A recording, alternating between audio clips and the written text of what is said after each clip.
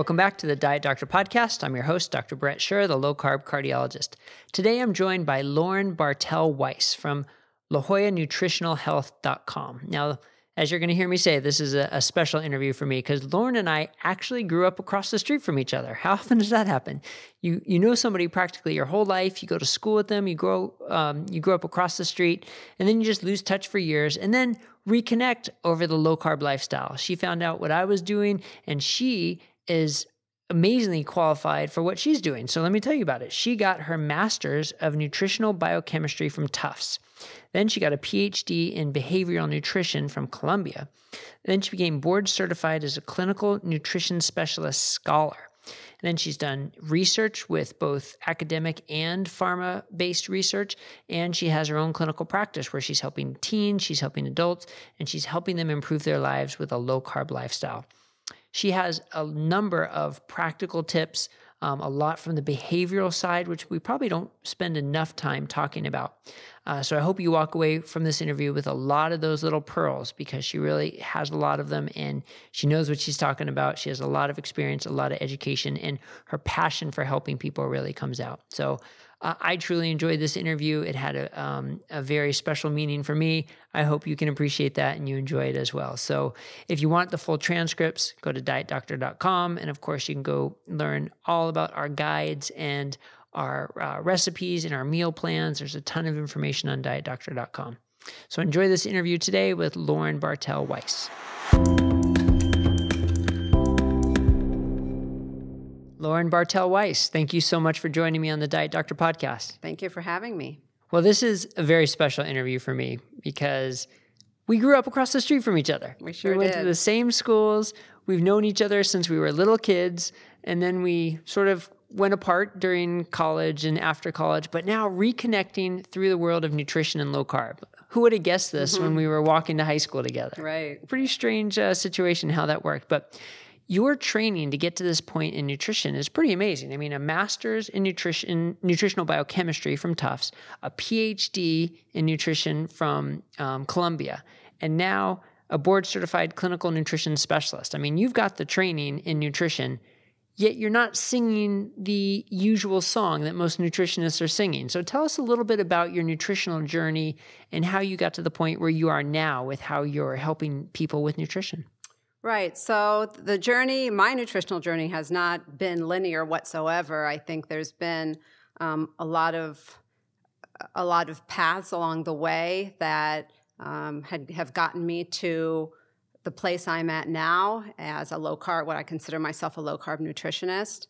In grad school, I was more of a Mediterranean diet person, but I soon came to realize that the effect that carbohydrates have on our body and on our insulin levels, and doing trial and error on myself, I decided that low carb was really the way to go and the way to have long-term success with weight loss and keeping the weight off over long term. Yeah, and you had mentioned, we were talking offline, how a lot of people in the low-carb world seem to have this personal journey because it's not being taught. It's not taught in nutrition schools. It's not taught in medical schools. So we almost have to find it on our own. And that's why I think it's so important for people like you to now be promoting this message, to have the academic certifications and to be promoting the message. Right. So when you started your career, though, after your PhD, you went right into research. So the clinical counseling came later, and I want to get into all that. But you went right into research. And tell us a little bit about your initial research project, the omega-3, omega-6, and hip fractures, right? Right. So my PhD work I was really interested in inflammation. So, and originally how it relates to bone health, the risk of osteoporosis. So I found a data set that had information on omega-3s and omega-6 fatty acids, and I continued looking at that for my dissertation research.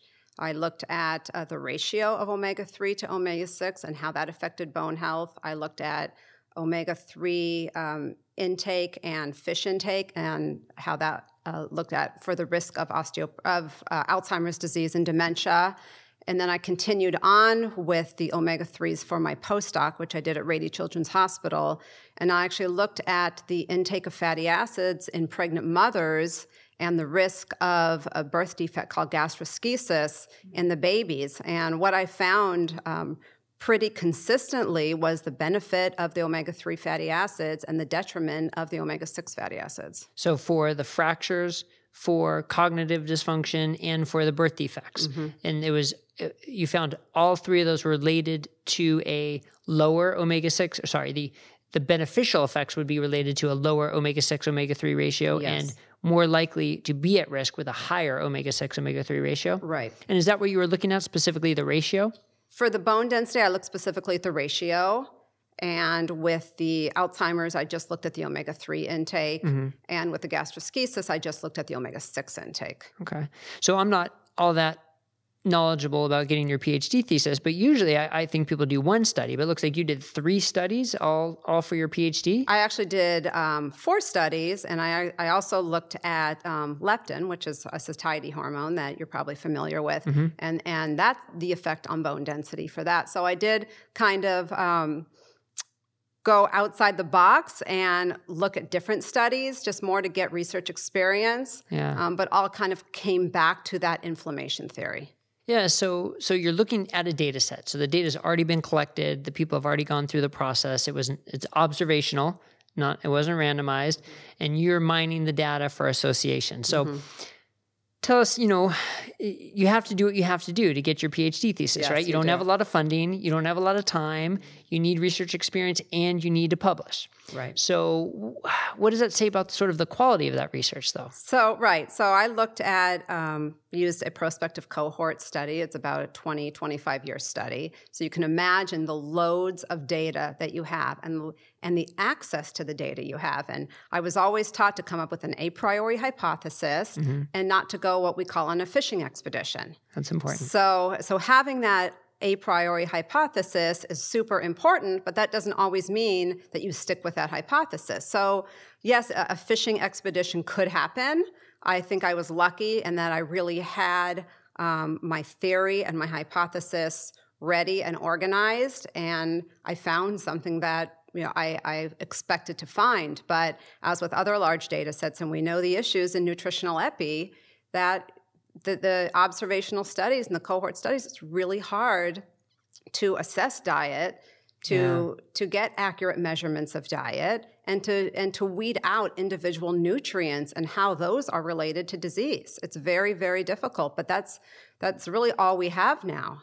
Yeah, when you're using food frequency questionnaires and looking at data that's confounded by so many confounding variables and healthy user bias, and I get it. We need to get data from somewhere, but I think the problem comes taking that data and then shouting it from the rooftops as if it's fact, right? So we can say from your study showed an association between higher omega-6 and hip fractures. It does not prove that omega-6 causes hip fracture. Absolutely. Right? But you could see how, Time magazine or something could run that type of cover. And that's what's happening so much in nutritional epidemiology studies. Right. But then after that, you transitioned into working with a drug company on a sarcopenia study.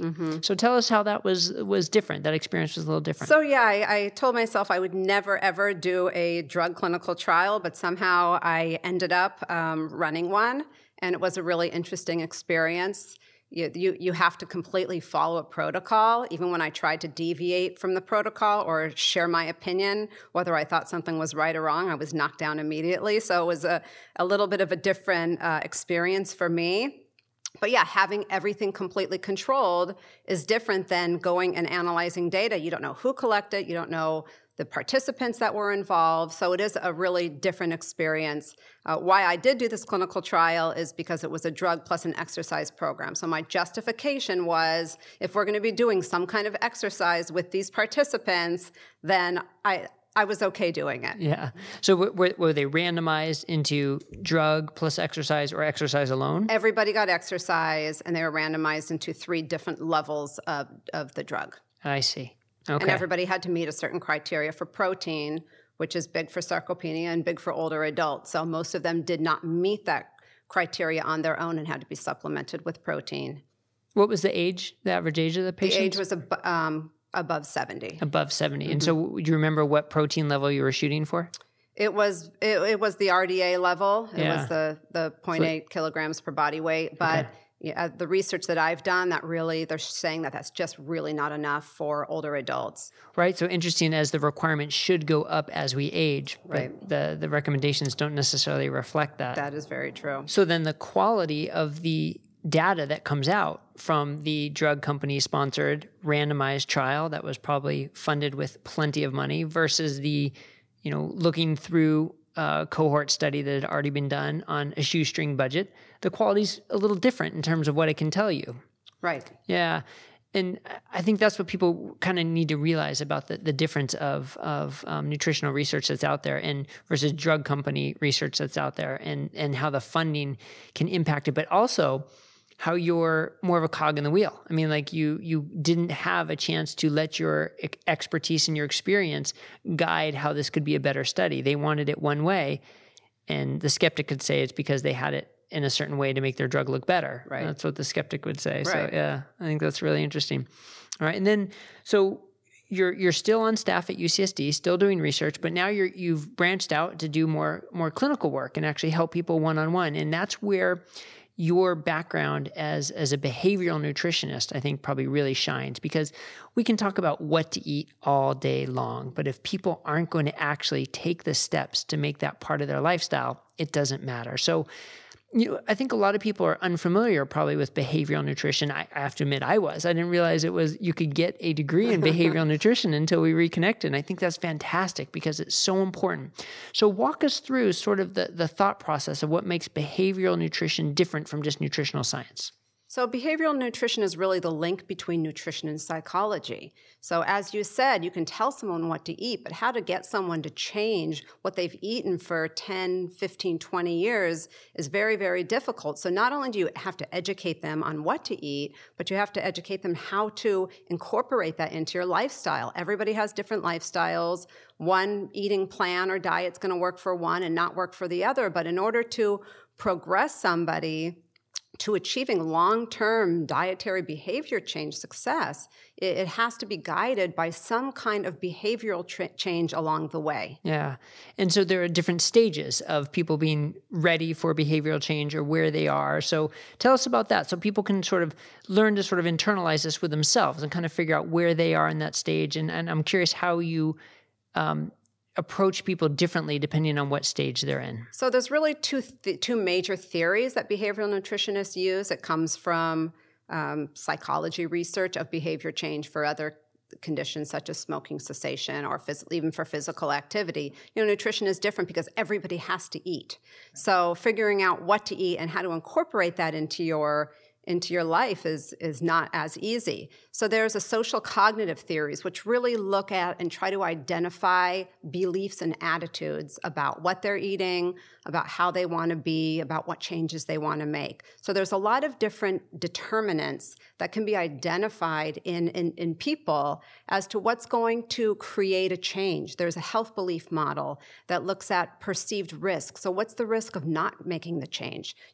So I do that with people who have family histories of chronic disease, someone with a family history of heart disease or diabetes. I say, look, you have a family history. Your father had diabetes. Your grandfather had diabetes. You could be next in line if you don't make the change. So you have to kind of create this risk in their mind. And it's a little, manipulation, but that's kind of what these theories do is they bring this information out for people to really think about it. Or perceived benefits. What are the benefits of making a change? Or the perceived barriers. What barriers do you see that are in the way of making the change? So we work through that and incorporate that into the straight nutrition education. Yeah. Then you also have the stages models, which you're probably familiar with the trans-theoretical model or the stages of change. Yeah, so before you get into the stages, I want to get into that. But this first model you talked about, sort of like the carrot and the stick model, sort of. And I think it's interesting because, read behavioral therapy or behavioral science, that our brains are wired for the negative far more than the positive. Right. So do you find that the stick, the watch out, this is where you're headed, this is where it could be, works better than the carrot, that these are the benefits you might get? It's really individual, and Yeah. It depends on, you have to get to know that person. You have to kind of get a feeling for what's going to work in that person. Sometimes I try one thing, I'm like, oh, that didn't work. I'm going to have to try another thing. So it really is getting to know the person and trying to figure out, how am I going to motivate them? How am I going to really get this information in them and put it to good use? And it really is a skill, which is why I spent 10 years studying behavioral nutrition, because it's not just a book that I can read and say, okay, well, I'm going to try this and this, and if that doesn't work, then too bad. So it really is a skill that I acquired that took a very long time in trying to read the person and figure out which determinant and which motivator or mediator is going to work to get them to say, okay, I need to make this change, and along the way trying to identify the mediators that are going to help progress that person through the journey. Yeah, with the clients who I work with, either individual consulting or in my 6-month program, I always want them to write down their goals. And a lot of people think it's kind of hokey, and they're like, why do I need to write it down? But it's such an important step. And like you're saying, trying to find their motivator, because it's something you need to come back to over and over again. And for some, it could be avoiding the negative, and some people it could be promoting the positive. Right. Yeah. I always do goal setting. That's one of the first things I do in my first sessions. It's short-term goal setting. So goal setting within a week. And then so the next time I see them, I want to know if those goals have been met and what obstacles or barriers did not allow them to meet those goals. We'll go through that and work through that, and then set new goals for every week. And hopefully by the end, they have all these great goals that have helped them get through for long-term success. And then there's always a few longer-term goals that are really more of like a 3 to 6 months out. And goal setting is a super important part. Yeah, and great point about the difference between the short and the long-term goals. Because if all you set are 6-month or 2-year goals, so easy to get frustrated and give up when you're not progressing. Yeah, especially with my teenage clients, we do a lot of goal setting, and they're very short-term goals. Yeah, because that positive feedback is so great. If you can achieve those short-term goals, it really gives you more motivation to continue. Absolutely. Okay, well, I interrupted you. You were about to talk about the different stages. So let's transition there. I was talking about the stages of change model. Yeah. And that really says that people in different stages, whether they're in pre-contemplation or contemplation or action, they need different motivators, or we need to identify different mediators that are going to help them progress through those stages. So I usually use a combination of all the theories and all the mediators, depending on what I see my client needs. But a big thing for the stages of change is self-efficacy, another word for self-confidence. So it's really giving these people the self-confidence and that they can make this change, because that's the biggest thing. Making a dietary change is a huge lifestyle change. It's not very easy. So you have to figure out, how am I going to increase the confidence? How am I going to empower them to be able to be successful with this change and be okay with being out for dinner or in social settings, and sticking to their plan and giving them the tools to get through difficult times like that. Yeah. So you mentioned the pre-contemplation stage. So that's generally sort of the first stage where they're not even really considering a change yet. Right. And kind of there's not a whole lot to do at that point, is there? There's not a whole lot to do. Unless there is a risk of some condition, unless there is an obesity or something that needs to be done, that you can try to get them through to the contemplation stage. Right. So that basically, they don't come to me in the pre-contemplation stage. I usually have to seek people out, or I hear, oh, well, I have this sleep apnea, or I have some condition. And then I said, well, you really should do something about it. And then I try to work with them through that. So yeah, the pre-contemplation is hard to work with, but it's my goal is to get them to contemplation and then to preparation. Yeah, I think unfortunately I see far more pre-contemplation subjects than you do, because they're in with their heart attack or their complications from diabetes or high blood pressure, and they're not even willing to consider changing their lifestyle yet. And unfortunately, sometimes you have to use that negative as the motivator. But once they get into the contemplation stage, then you sort of can get your hands on them, because now they're thinking about it. Now it's in their brain. And so how do you help them transition to action? So that's when we start setting goals and talking about barriers and talking about perceived risks and talking about benefits of making the change. So depending on what the person's situation is, I really try to use those determinants of behavior change to really get them into action. And then education is really important in the contemplation stage too. Educating them about nutrition and about food, and using evidence-based research to really show this is where the research is and this is where you are, and we really want to be in a different place. So they've gotten to the contemplation stage, they're starting to think about it, you're educating them, you're goal setting with them, and now it's time for action. So the action stage, is that more about sort of the logistics, sort of like the recipes and how to do things? Action is like, I'm ready to go tomorrow. Yeah. All right. So that's really setting them up for long-term success. And it is a journey, and it is a journey to get there. I have a lot of people that already come in action who have tried many diets, unsuccessful, have tried the keto diet, weren't doing it correctly, can't figure out, what's going on. So I do get a lot of people already in action. I just kind of have to have them take a step back, reassess, and move forward correctly. Yeah, it's not like it's a linear process. It's a life. There's nothing in life that's linear. So it's always going to be sort of back and forth and having to reassess and adjust. And the stages of change really incorporates the idea of relapse. And setbacks. So there's determinants that are incorporated into that model too, that when there is a setback or a relapse, that they haven't completely given up. You provide them with skills and tools. Okay, you had a little hiccup here. Don't worry about it. This is what we're going to do. Next time you're in this situation, this is what you're going to do. Yeah, so if someone's just learning about keto on social media and they're in one of these social media sites where everybody loves keto, everybody loves low carb, high fat, it's the best thing ever, you're going to get all these benefits, and then they start it and they don't necessarily see all those benefits at first, they're going to get frustrated and they're going to give up. So that's where someone could benefit working with someone like you, because how would you prepare them for a different course? Well, I mean, I would explain to them that it's not just you're not going to lose the 20 pounds in the first week. And with my keto clients now, I'm in daily communication with them. Yeah. They need to know, I check in on them. I have a few saying we're not losing weight. I've been on it a week, and I have to keep them motivated and tweak things if they need to be tweaked. But you have to keep them motivated, especially in the beginning, if they're not seeing the immediate effects. And that's why I do what I do. I love doing that. I don't mind being texted at 9 o'clock at night. I'm at this restaurant. There's nothing. What do I do? Or I'm not feeling that great. Or I like to keep them motivated, and that really is an important part and really close to my heart, that this is an individualized, personalized approach.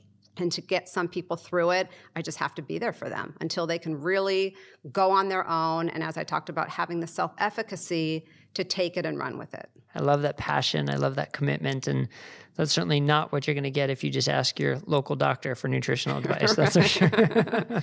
Yeah. So speaking of which, I guess jumping around a little bit, you actually taught nutrition in medical school, if you want to call it that. The way you described your experience sounds like you were extremely limited in what you could do. So tell me about that experience. Right. So I taught the only nutrition class at this certain medical school, and I was given 50 minutes to talk to second-year medical school students, basically about nutritional epi. There really wasn't time to go into anything about foods, anything about insulin, anything about carbohydrates. So it was basically different study designs that you can use for nutrition studies and different dietary assessment methods. And that was basically it. I did sit in on a couple small groups where they bring in the simulated patients, or they bring in an obese patient, and the students have to assess the patient, and the patient leaves and they come back with dietary advice. And I was just blown away by some of the conversations that the medical students were having with these simulated patients, because there was no basis for the information. And it just really bums me out that these medical students are not getting more nutrition education. Yeah, but then you mentioned that they're starting to ask for it. Is that right? Yes, I did read a recent study that Harvard did, and they've asked the medical students about having lifestyle medicine incorporated into their curriculum. And it seems that everybody really wants it, because doctors are going to be asked about nutrition. And if they don't have the right education, they really shouldn't be giving this information to people, and they should be referred to dietitians or to nutritionists. So it seems that the medical students want it. I just don't know how they're going to ever figure out a place to put it in the medical school curriculum unless it's totally revamped. And what to teach in that segment. I mean, a lot of the big push now is you have to teach a vegetarian, low-fat approach. And if that's what medical students are being taught as the one way to eat for health, then you're almost better off not teaching them at all. So that's sort of a double-edged sword, isn't it? This is very true. It's very hard to get a really good education in nutrition stuck into a block somewhere in medical school. So I think we have a long way to go with that, but hopefully we'll find a solution and really try to incorporate nutrition maybe into the different blocks, maybe a few nutrition lectures in the different blocks as it relates to that disease, condition, or that organ system. So right, like the diabetes discussion has to have a low carb nutrition. It has to have a low carb nutrition part. Yeah. So it's a long way, and people I know are working hard to go in that direction. Yeah. So when you first were saying like the only class you taught was about the different types of studies and the epidemiology, my first thought was like, well, what a waste. But I guess if you only have 50 minutes, that's probably the best thing to talk about, because then hopefully you're arming them to make the decisions on their own, as long as they're not indoctrinated so deep in one dogma that they can't see, can't think on their own and interpret the studies on their own. Right. So it was more on these are the types of nutrition studies that happen. Yeah. These are the strengths and limitations of the different study designs. These are the strengths and limitations of the different dietary assessment tools. So at least it gives them some kind of skill when they are reading the nutrition literature to be able to critically think about the take-home message for those research papers. Being published in a peer-reviewed journal does not mean it is worthy of changing our life around and saying that this is the one way to do things. Right. Yeah. Okay. Well, transitioning back to the more practical side of things. So you're mentioning how you're constantly helping your clients sort of change and tweak and understand that it's not a one straight line process, which I think is so important. But what are some of the biggest roadblocks you see in your clients? The roadblocks to sort of get started, and then once they've been at it for like 6 months or something and starting to slip a little bit. So give us some of the common roadblocks you see and how you can help people through those. Right. So a common roadblock, I think in the beginning, is just pure education and knowledge about the different types of eating plans that are out there, talking about their goals and what kind of plan would fit in with their goals and fit in with their lifestyles. So up front, it really is about educating. And then once things get rolling, then we talk about the barriers: time, money, family commitments, social commitments. They're really, I call them pros and cons, the cons being the reasons why I don't want to make the change, but they're really excuses for not making the change.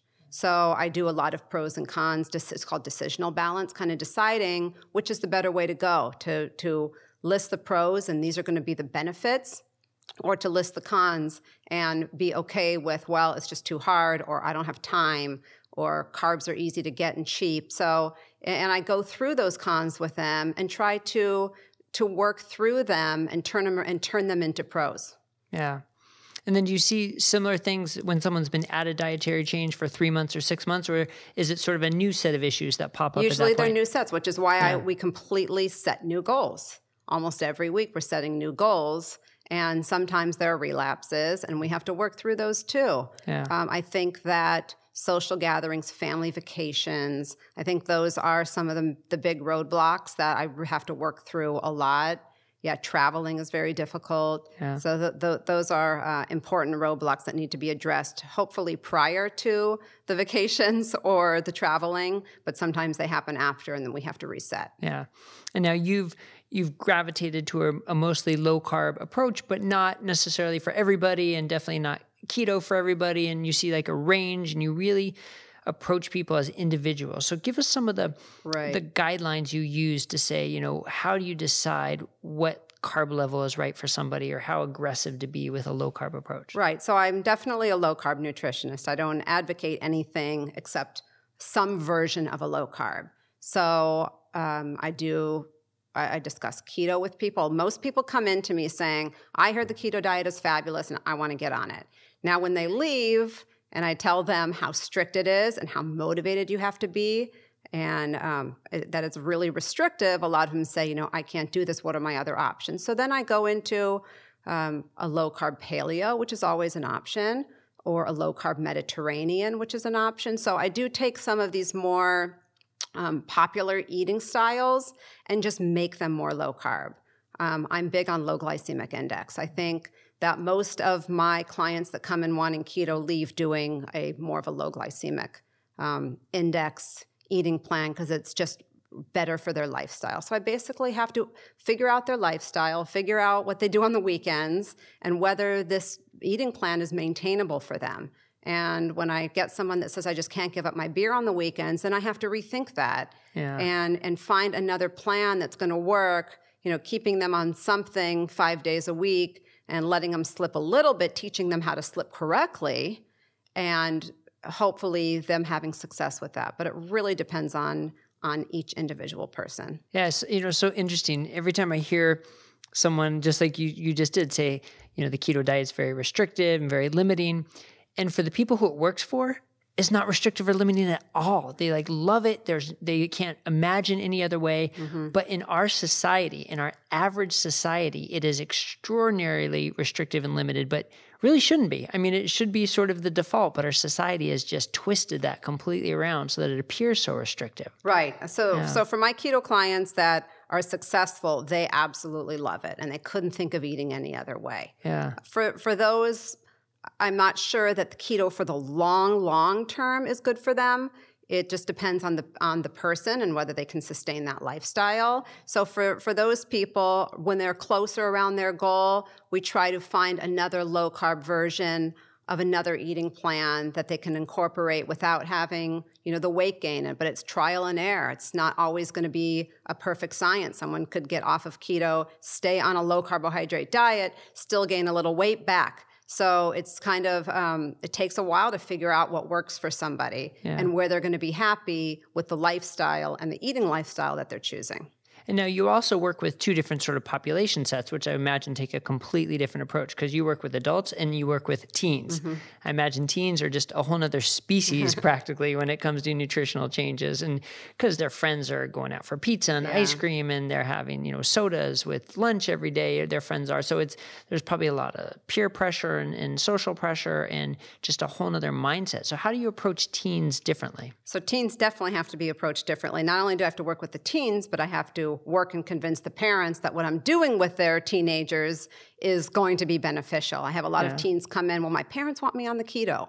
And then I have to explain to them exactly what the keto is, that when your friends are out at McDonald's or having cupcakes, that you just can't participate in. And I had a couple clients saying, well, while all my friends are eating cupcakes, I pulled out my seaweed crackers or something. And it's just— That's impressive. Right. So it just needs to be a plan that teenagers can withstand through social pressures and through just being a teenager. So I don't advocate keto diet for teens unless there's some major weight issue and the weight needs to come off pretty quickly. Yeah. But they have to be super motivated. The parents have to be on board. Everybody has to be on board for something like that. So most of my teenagers end up doing either a low carb paleo or a low glycemic index, which allows someone to enjoy a cupcake if they want to enjoy a cupcake with their friends, just knowing that you're going to have to eat it. You're going to have to find a fat somewhere to eat it with, and you may have a little bit of a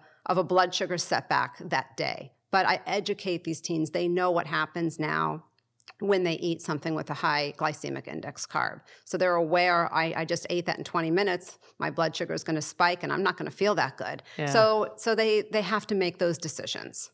I think that would be really important. Connecting with teenagers and adolescents, connecting them with a better understanding of how they feel and how that's related to their actions. Because I think most of the time, most people probably don't have that much of a good body awareness and a cause and effect. And, I feel, kind of lethargic and tired. I probably just didn't sleep last night, as opposed to I just ate a bunch of junk 20, 30 minutes ago, and that's why I feel bad. So I do educate them on the biochemistry. They really, in a biochemistry 101, I do educate them in teenage terms. This is what happens to your body when you eat the different foods. These are the foods we need. And I think that really helps them. And we do a lot of behavioral interventions with teenagers, a lot of goal setting, a lot of getting over the obstacles. A lot of them text me, I'm going out to pizza with my friends. What are my options today? So we work through a lot, and I have to be there for them too. Yeah. And I remember you mentioning the difference between like one-on-one consulting and group consulting, and how group consulting can be so beneficial for our teens because they then they see that connection. Oh yeah, here's someone like me doing this, and gives them that sort of connection of building a community. And so do you still do a lot of that with group consulting with your teens? I only have either 2-on-1, so usually someone brings a friend, and they have someone to work with and someone to shoot ideas off with. Yeah. And then group settings are really good, unless someone really wants to come in and see me alone, which is kind of boring when you're not with a friend. I see mostly groups of teens, and they can all learn how to eat healthy together, and not, I don't choose people out for what their goals are. The goals they work with me are personal goals. They're not really shared with the group unless they want to be shared. Yeah. But the overall nutrition education and working through some of these obstacles, they're basically the same with all the teenagers. Yeah. And now how about athletes? Because I know we were talking before, you saw a couple teenage water polo players, and they wanted to go on a ketogenic diet, but you sort of talked them out of it. So tell me about your approach of athletes and how that's a little different as well. Right. Well, I think athletes are a different group. I think that there are athletes, if they're not marathon runners, that can survive off some kind of modified low carbohydrate diet. I know when I was at Tufts in grad school and everybody became a triathlete, so I'm like, okay, I'm going to become a triathlete too. And I was working out 3, 4, 5 hours a day, and then going to Jamba Juice and getting a smoothie and a bagel, and I couldn't figure out why I was the heaviest I've ever been. Yeah. So there is education for athletes that there's a fine balance. And yeah, you might need some healthier whole grains and some lower glycemic index carbs to kind of get you through your sport. But the days that you're not really exercising a lot, you don't need to be carbo loading. And I think that this whole carbo loading issue, came about from marathon runners, but a lot of athletes think I absolutely have to carbo load. And those recreational athletes really don't need that. So it's everybody's individual. I have to see, how much energy is being expended, how quick they need the energy.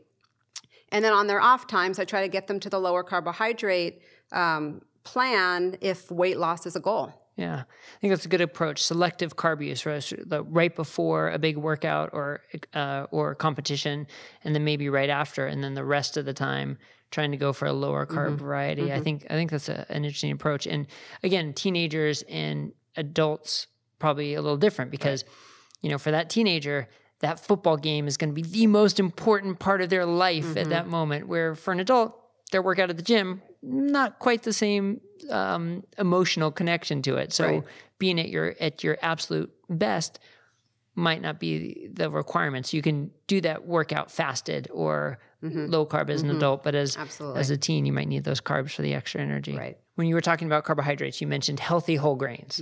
And I think that's so interesting how it's almost become one word, healthy whole grains. So I want to explore that a little bit with you. So, it's interesting when you look at the research of whole grains. So give me your idea or your understanding of the research of whole grains and what makes them healthy whole grains. Well, the reason I call them healthy is they contain some important nutrients, and fiber is a big one that I see on the keto diet. Some people are having issues relating to not getting enough fiber. They're not going out of their way for the vegetables. So incorporating whole grains into a lifestyle the correct way on, say, a low glycemic plan is okay. However, the glycemic index of most whole grains is still very high. So finding the right place for them if they are required, because they do have important nutrients, especially for the teenagers.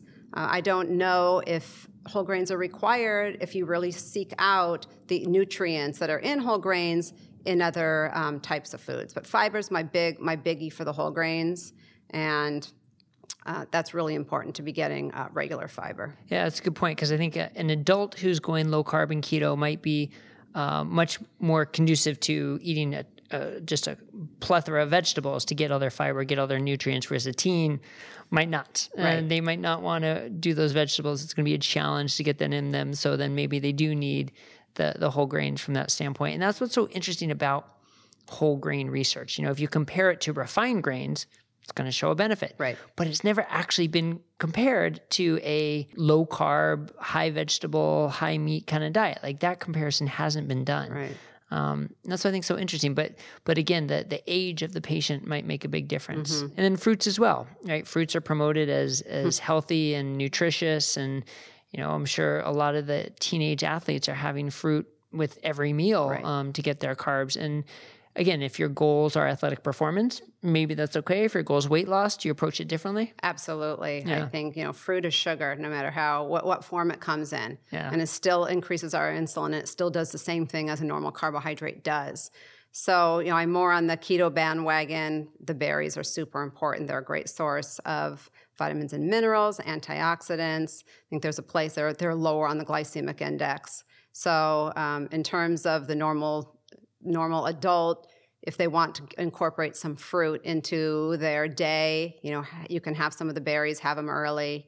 And the teenagers, especially if they're exercising, I think that fruits are an important part of their growth and development. But I think you can overdo the fruit thinking, oh, I'm eating only fruit because this is really healthy, and it actually is a carbohydrate. Right. Still giving you sugar and insulin swings and gaining weight. Right. So you said early in the day. Tell me more about that, because that's a very important concept. So it took me a long time to get to this plan that works for me, and now I advocate to my clients. So if I'm not doing keto, which happens sometimes, I develop this plan that after that 3 o'clock is my last any type of basically carbohydrate meal. So at 3 o'clock, I can have a snack if I want the carbs. The lower glycemic carbs, I allow myself. Usually I don't want them, but if I have to have it, or I want a bowl of fruit or something at that point, 3 o'clock is my last time. And the theory behind that is around 5 o'clock, my blood sugar, my insulin levels have now tapered off. They've now stabilized. And then I eat my dinner, basically a keto dinner. So with a glycemic index under 20, which I developed myself, calling a very low glycemic index. So if you're eating a food, which is basically a protein and a green vegetable, because there's really nothing left to eat, if you're eating a glycemic index under 20, then your insulin is low and you're not building the fat basically while you sleep. So it's kind of a mechanism to either not build or try to lose some fat while you're sleeping. Yeah. Good point. And the research out of actually here at Salk Institute with Sachin Panda, and the circadian rhythm of our insulin cycles, basically, and that we're more insulin sensitive in the morning, less insulin sensitive in the evening. That makes sense as well. So not only from a social standpoint, because if you don't have that restriction, you can snack all night long with carby foods, or certainly kids could, but you set that restriction so it's more in line with our circadian rhythm, our insulin, and keeps you from snacking on the unhealthier foods at night. I think that's really helpful, so you can burn that fat while you sleep. Right. It's a really good plan for teenagers, because they know if they're going to be studying all night that they can't be snacking on the goldfish and snacking on the chips. So coming up with creative low glycemic index snacks after dinner is, difficult, but we do find some that teens are okay with, and it really does, because they're snacking all night when they're doing homework. So it really is coming up with a plan for them, and that 3 p.m. cutoff seems to work. Yeah. Now, with a lot of clients, weight loss is sort of the biggest goal, but you also have clients who have trouble with weight gain, or that they feel better on a keto diet, but they're actually losing weight and don't want to, and you have to find tips for them to maintain weight? Yes, definitely. I mean, if I go on a keto diet for an extended period of time, I'm at a weight that is too light and not comfortable where I want to be. So, it does happen the other reverse, but it's finding ways to maintain that balance, and everybody's different. And that's when I try to transition them to maybe a low-carb Mediterranean, or a low glycemic index. So it's different for everybody. People who want to stay on the keto, then I've got to figure out a way for them to either eat more or get some more fats in. Yeah. But it is difficult to get someone to gain too much weight on a keto diet. Yeah, that's where I find macadamia nuts or any salted nut really is a great source of a snack for extra calories. Right. But then if you are not trying to gain weight and you have that as a snack regularly, it's a huge impediment to weight loss. So it can work both ways. That's something I found with the keto diet, which has been a little frustrating for me, is all everybody talks about are the saturated fats. Oh, I can eat eggs, I can eat bacon, I can eat sausage, but there's not, in my feeling, there's not enough emphasis on the healthier fats. They're harder to get, the omega-3s, the monounsaturated fats like avocado and olive oil. It seems like those are not as readily used on the keto diet, and I feel like those should really be emphasized because they're just better for our health. They give us more health benefits. I'm not anti-saturated fat, but I think there definitely should be a balance of the healthier unsaturated fats with the saturated fats. Yeah, it's interesting. I think that's a great point that you make.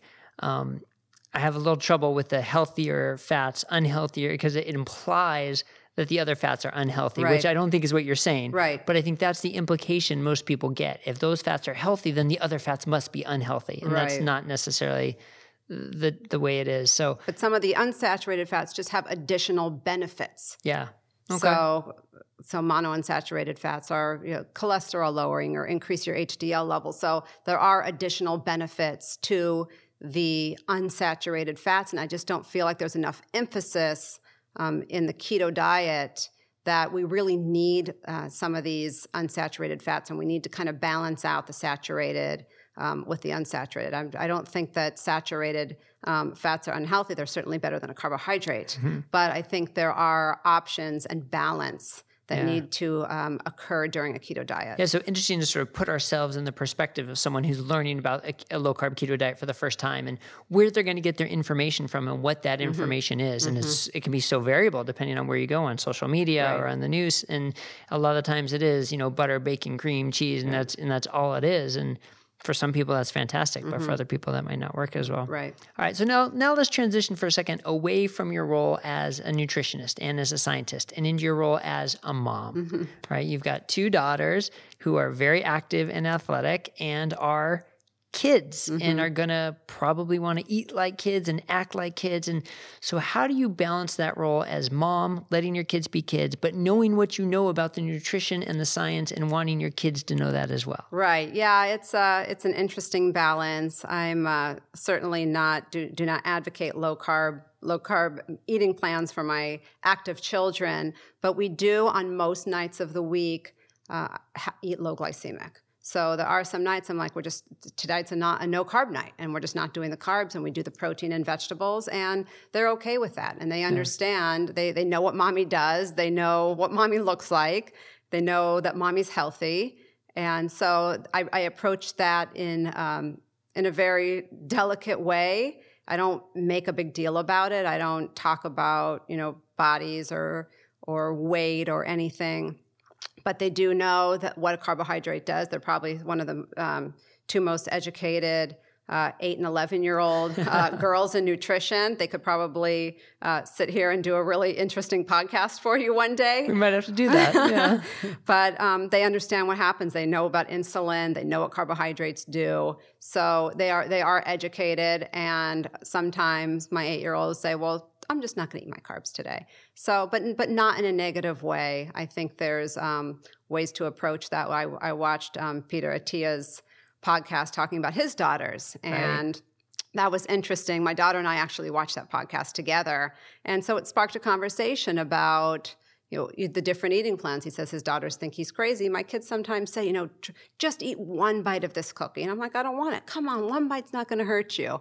So you don't want to be crazy about it, but I said, you know what? That's my rules. Yeah. And they're like, oh, it's only 3:05, and I'm like, it's after 3. If I allow 3:05, then I allow 3:30, and then I allow 4, and this is my rule. So they have fun with it. I don't think it's going to develop any unhealthy eating issues, but they're very educated. We were at dinner the other night, and my daughter said, "Who would ever dream of being a nutritionist for a job?" Why'd she say that? I have no idea where that came from. And I said, you guys are so lucky that you have the knowledge you have about food and nutrition, because this you can carry with you for a lifetime. Yeah. I said, people never learn the information that you have and how to stay healthy and how to be fit and how to be a great athlete, I said, you guys have a really big advantage. Yeah. And you present it in a way that's great because you don't make it a power struggle. You don't make it a have to do this. You make it more of an education, which I think is so important.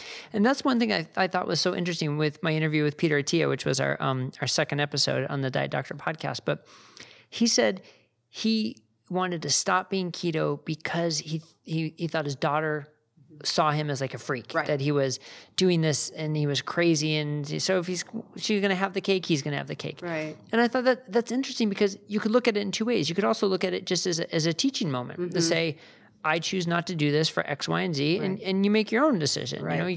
You can approach it from either way. So I respect him for making that decision. Personally, I take the other approach, and my kids know Daddy's not going to eat the cake. Daddy's not going to have the ice cream. Daddy's not going to have that, and that's okay. And I don't say you shouldn't have it either. I just say this is my choice, and this is why, and you guys make your own choice. And it's an education thing. So they'll frequently ask me as they're eating their cake, does this have a lot of carbohydrates? Is this bad for me? I'm like, well, yeah. And they say, okay, as they're scooping it into their mouth. But it's a process, right? It is a process, and loading them with the education will really help them in the future. But without restricting kids at this point. Yeah. So you'd have to approach it very sensitively, and I'm in your camp. Mommy's not going to eat that. I'm sure it tastes really good, so enjoy it. Right.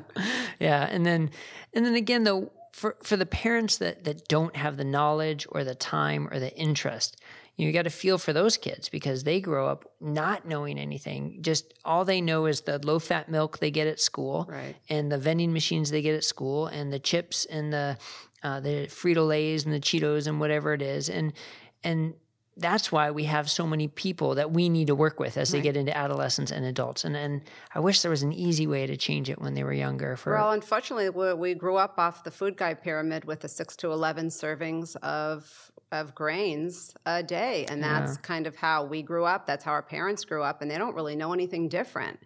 And it's going to take a lot of time and education to change people's thought process about that. And hopefully this low-carb movement and these low-carbers are really going to help expedite that process because there is a major weight and obesity problem not only in this country but in this world. And how we're going to approach it and try to change it and fix it is going to take just as many years as it took to develop 30 years of guidelines telling us to eat the carbohydrates. So I'm glad to be part of this process. And I hope that I can really impact as many people as I can with my journey and with my knowledge. Well, I think that's a great place to end it. I mean, your passion, your energy, and your knowledge is very clear. And hopefully you will help a lot of people along the way. So again, thank you so much for joining me. And again, where can people find you to learn more about you? So LaJollaNutritionalHealth.com is my consulting business. All right. Very good. Well, Lauren Bartell Weiss, thank you so much. Thank you.